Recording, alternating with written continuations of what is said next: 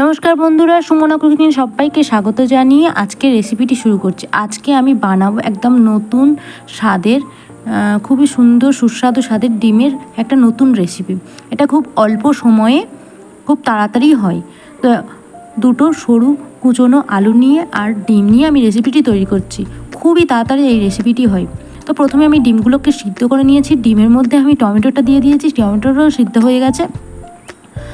আর আমি ডিমগুলো এখানে ছাড়িয়ে নিয়েছি, নিয়ে ডিমগুলোর মাঝখান থেকে কেটে নেব সব ডিমগুলো। এটা যারা কোথাও হোস্টেলে থাকে তারা অবশ্যই তাড়াতাড়ি বানিয়ে এটা খেতে পারবেন, আর খুবই অল্প টাইমের মধ্যে হবে। তো আমি এখানে নুন হলুদ মাখিয়ে নিয়েছি, আর এখানে কড়াইয়ের মধ্যে সরষের তেল নিয়েছি। ডিমগুলো ভালো করে ভেজে নেব। তো মাঝখান থেকে আমি ডিমগুলোকে হাফ হাফ করে নিয়েছি। এরকম করে ডিম হাফ হাফ করে নিলে অবশ্যই যে কোনো তরকারি ডিমের যে কোনো রকমভাবে আলু কাটাই খুব সুন্দরই টেস্ট হবে, এরকমভাবে ডিম কেটে রান্না করলে। তো আমার ডিমগুলো ভাজা হয়ে গেছে, ডিমগুলোকে আমি তুলে নেব। তো তুলে নেওয়ার পরে আমি এখানে একটা মিডিয়াম সাইজের পেঁয়াজ কুচিয়ে নিয়েছি। তো সেই পেঁয়াজগুলো আর সেই সিদ্ধ করে রাখা টমেটোটাও দিয়ে দেবো। টমেটোটা কাটা হয়নি, গোটাই আছে, কারণ ওটা সিদ্ধ হয়ে গেছে। তো আমি টমেটোটা খুন্তি দিয়েই কেটে নিয়েছি হাফ হাফ করে। আপনারা অবশ্যই এরকমভাবে বানিয়ে দেখবেন, খুবই সুস্বাদু আর সুন্দর খেতে লাগবে। তো ডিমের এটা নতুন একটা রেসিপি। তো পেঁয়াজটা ভাজা হয়ে গেছে, আর এটা খুবই অল্প সময়ের মধ্যে আমি রান্নাটি করেছিলাম।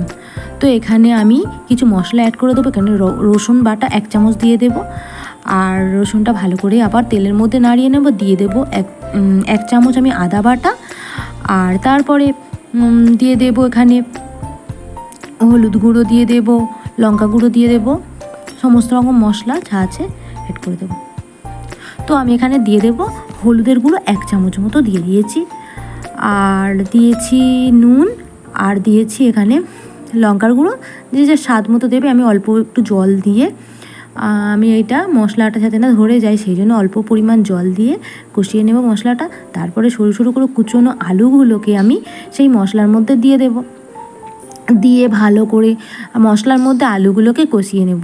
এটা খুবই অল্প টাইমের মধ্যে খুবই সুস্বাদু একটা রেসিপি তৈরি হয়ে যাবে। তো আমি নুনটা একটু কম দিয়েছিলাম, তো আবার একটু দিয়ে দিলাম।